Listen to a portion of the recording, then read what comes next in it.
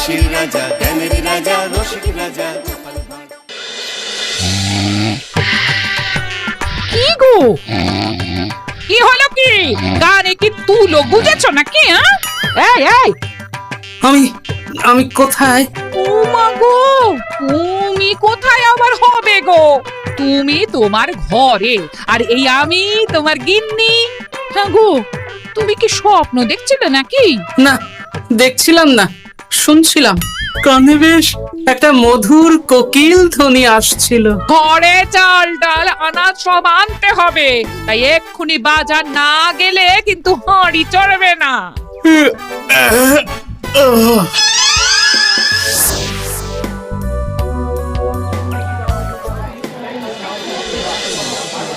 কি মুদির দোকানে মড়ক লেগেছে নাকি?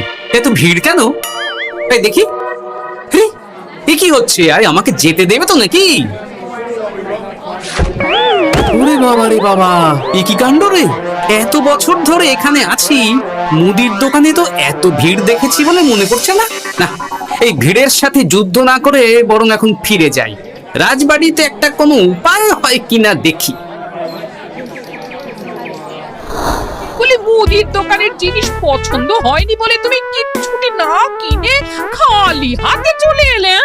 পেটে কি কিল মেরে বসে থাকবো নাকি? আহা, তা কেন? এখন যা আছে তাই দিয়ে কিছু একটা করে দাও না গিন্নি। আমি না হয় রাজবাড়ি থেকে কোনো ব্যবস্থা করব, বুঝলে? আমি হলাম গোপাল, মহারাজা কৃষ্ণচন্দ্রের খাস লোক। আমাকে কিনা খারাপ জিনিস গছাতে চায়। আমি নেব কেন? তোমার পোশাকে এমন ধুলো কাদা লাগলো কেমন করে? এটা কিছু নয় গিন্নি, ওই আমি চলে আসছিলাম দেখে হরেন মুদি ছুটে এসে পায়ে ধরেছিল কিনা, তাই একটু ওই ধুলো লেগে গেছে আর কি। বাবা, ধরলো তোমার পায়ে আর ধুলো লাগলো তোমার সারা গায়ে? আমি কিছুই বুঝি না বাপু। মরা তো বুঝে কাজ নেই গিন্নি। ছোট মাথাকে বেশি খাটালে সে আবার গরম হয়ে যাবে। তার চেয়ে আমায় তাড়াতাড়ি পান্তা ভাত দাও দেখি, ওদিকে রাজবাড়িতে যেতে দেরি হয়ে যাবে। দাও দাও দাও। বাবা, সকাল সকাল মুদির দোকানে মাছি গলার জায়গা ছিল না, এখন তো দেখছি পুরো ফাঁকা। ব্যাপারটা কি? আসার সময় দেখলাম মুদির দোকান পুরো ফাঁকা, দোকানিও নেই। রাজ্যের খাদ্য ভাণ্ডারে টান পড়লো নাকি? এইবার অবশ্য ফসল অতটা ভালো হয়নি, তাই কি এই হাল হলো নাকি? দেখি, মহারাজ নিশ্চয়ই এতক্ষণে খবর পেয়ে কোনো না কোনো ব্যবস্থা নিয়েছেন।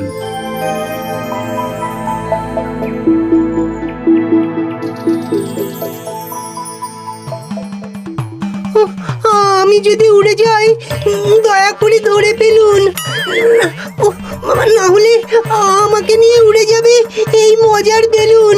খাসা খাসা, সত্যি বিজ্ঞানী, তোমার এই আবিষ্কার অতি মনোরম, দেখলেই মন ভালো হয়ে যায়। তা যা বলেছেন মহারাজ। এই অদ্ভুত উড়ন্ত বেলুন দিয়ে এখন থেকে বার্তা এ রাজ্য থেকে অন্য রাজ্যে পাঠানো যাবে, দূতের কাজ কমবে। বড় ভালো কথা বলেছো হে মন্ত্রী, এর জন্য বিজ্ঞানীকে আমি পুরস্কৃত করব। কি ভুল করে কোথাও চলে এলাম নাকি? কি রাজসভা নাকি কোনো মেলা? সভাসদেরা একই করছেন। গোপাল, এত দেরি করে এলে কেন? এত বড় আমোদ থেকে বঞ্চিত হলে? এইসব কি মহারাজ? বিজ্ঞানী এই নতুন ধরনের বেলুন আবিষ্কার করেছে গো গোপাল। আমার বানানো বেলুন কেমন হয়েছে গোপাল? ভালো, কিন্তু মহারাজ আমি যে একটু গুরুতর সংবাদ নিয়ে এসেছি মহারাজ। তোমার তো কোনো কিছুই ভালো সহ্য হয় না গোপাল। সভায় তোমার অনুপস্থিতিতে এই যে হাসির রোল উঠছে, সবাই আমোদ আহ্লাদ করছে, আর মহারাজও বেশ খুশি আছেন, এতেই তোমার গায়ে জ্বালা হচ্ছে, সেটা বলো না। সূচ যদি চালুনির বিচার করতে যায় তাহলে কি চলে মন্ত্রী মশাই? যাই হোক, সবাই যদি এই ছেলে খেলা বন্ধ করে একটু শান্ত হয়ে বসেন তাহলে আমি কথাটা বলতে পারি। বেশ, তোমরা সবাই বসো, শুনি গোপাল কি বলতে চায়। সেনাপতি, দয়া করে সভা কবিকে বেলুন থেকে নামানোর ব্যবস্থা করো। হ্যাঁ হ্যাঁ, এক্ষুনি নামাচ্ছি।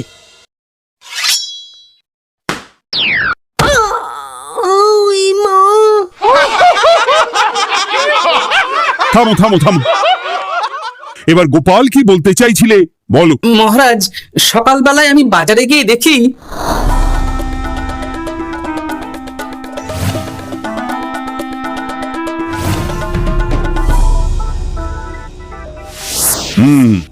এই হলো অবস্থা। আমি রাজ্যের খাদ্য ভাণ্ডারে কদিন আগেই খবর নিয়ে দেখেছি মহারাজ, যা খাদ্যশস্য আছে তাতে আগামী 3 মাস রাজ্যের লোকেদের ভালো মতো চলে যাবে। তার মানে 3 মাস পরে আমাদের রাজ্যে খাদ্য সমস্যা হতেই পারে, তাই তো মন্ত্রী মশাই? সে বলছে তা হতেই পারে। তখন কি হবে মহারাজ? আমাদের কি তাহলে খাদ্যের জন্য আবার নবাব বাহাদুরের কাছে হাত পাততে হবে? সে আমার পক্ষে সম্ভব নয় গোপাল। তাহলে কি উপায় হবে মহারাজ? উপায় একটাই আছে মহারাজ, 3 মাসের আগেই আবার জমিতে ফসল ফলাতে হবে, তাহলেই আর খাদ্যের সমস্যা থাকবে না মহারাজ। কিন্তু জমিতে মাত্র 3 মাসের মধ্যে ফসল ফলবে কি করে গোপাল? যে একটু আগে তার আবিষ্কারের মাধ্যমে আপনাদের মধ্যে আমোদ আহ্লাদের বান ডেকেছিলেন, আমার বিশ্বাস সেই পারবে তার আবিষ্কারের মধ্যে দিয়ে রাজ্যবাসীর খাদ্য সমস্যার সমাধান করতে। এই তাই তো বিজ্ঞানী? আমি তো আসলে আরে হ্যাঁ, এটা তুমি বড় ভালো বলেছো।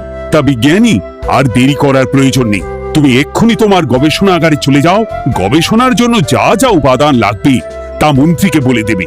আচ্ছা মহারাজ। তাছাড়া তোমার কাজে সাহায্য করার জন্য পেয়াদা তোমার সঙ্গেই থাকবে। আমরা সবাই তোমার নতুন আবিষ্কারের অপেক্ষা করব। যদি তুমি এই আবিষ্কার করতে পারো, তাহলে যে পুরস্কার পাবে তা এর আগে এই জগতে কেউ কখনো পায়নি। আর না পারলে মহারাজ, তাহলে কিন্তু শাস্তিটাও হবে সেই রকম কড়া। আমার বিশ্বাস আমি মহারাজের দেওয়া পরীক্ষায় সসম্মানে উতরে যাব।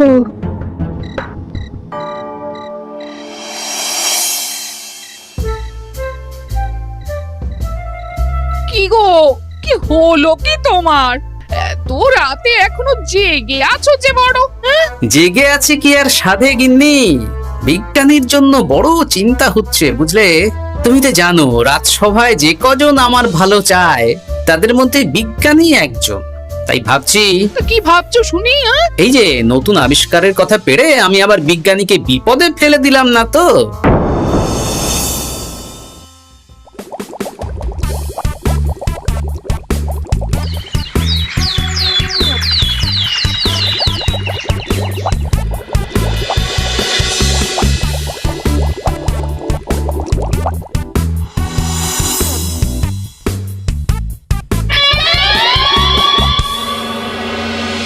সাত দিন হয়ে গেল বিজ্ঞানী আবিষ্কারের দায়িত্ব পেয়েছে, না সে রাজসভায় এসেছে, না সে গবেষণা কক্ষ থেকে বের হয়েছে। সে কি কথা গো? তাহলে আর বলছি কি গিন্নি, এমনকি কাজের জন্য রাজসভা থেকে 2-3 জন পেয়াদা দেওয়া হয়েছে তার সাথে, তাদেরকে সে কিছু করতেও বলেনি, তারা ঠায় বাইরে বসেই আছে। ও মা গো, আর খাওয়া না কিছুই নাকি করেনি। এ তুমি কি বলছো গো? বলছি বিজ্ঞানী সুস্থ আছেন তো নাকি? পরীক্ষা নিরীক্ষা করতে করতে আবার তার কিছু হয়ে যায়নি তো? সেটাই তো ভাবছি গিন্নি, বেচারিকে বিপদে ফেলে দিলাম না তো? না, কাল সকালে একবার গিয়ে দেখতে হবে বিজ্ঞানীর ঠিক কি হলো।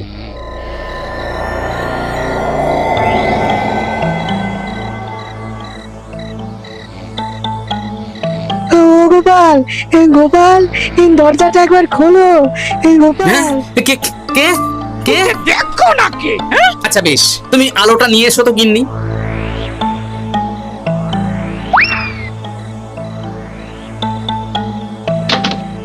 ওরে বাবারে, ভূত ভূত ভূত! গোপাল, ইনি শিগগিরই আলোটা সামনে আনো। এ কি কাণ্ড! বিজ্ঞানী, বিজ্ঞানী, ও বিজ্ঞানী, একটু জল আনো তো গিন্নি। ভয় নেই, এটা চোর ভূত কেউ না, হে আমাদের বিজ্ঞানী।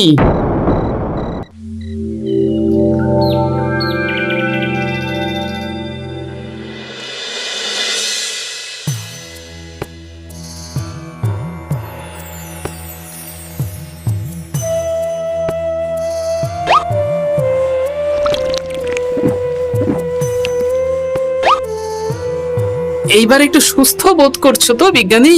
হ্যাঁ, অনেক ধন্যবাদ। আসলে গবেষণা করতে গিয়ে দিন রাতের খেয়ালই ছিল না, খাওয়া হয়নি।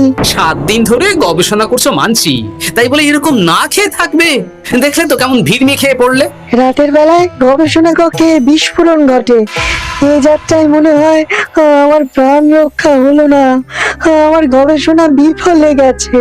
আহা, এত সহজে হাল ছেড়ে দিলে কি চলে?